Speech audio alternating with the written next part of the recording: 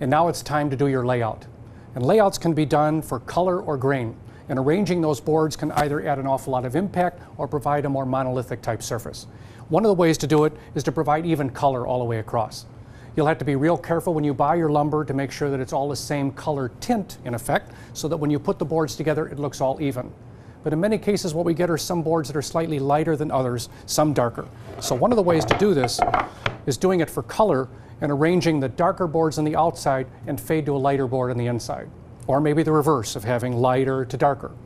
On larger type projects, it looks very nice to have a slight change in the color because it draws your eyes more to the middle of the project. It doesn't make it look quite as large.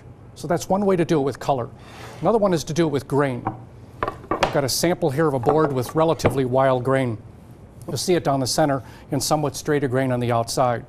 By pairing this up with straighter grain on both edges here, we can kind of take the more wild grain, blend it with somewhat straighter grain, and then go back to the slightly wilder again. It's kind of a nice look. One of the other ways to do this is actually use grain as an impact. And here's what I've done.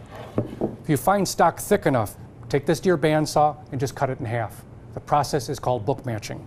As I open these, you'll see that I now have a mirror image of the inside of the grain. It's a real nice look that draws your eye to the middle. I can do the same thing by flipping the boards over and using the outside edges the same way. This little V pattern that points itself to me is also a nice look. But whether you do it with grain or you do it with color, you're still going to have to mark these boards so that their jointed edges will match up. I do that by taking a piece of chalk and just marking a V across them. That way if I put the V back together again after jointing, I'm fine. I do 3-board glue-ups.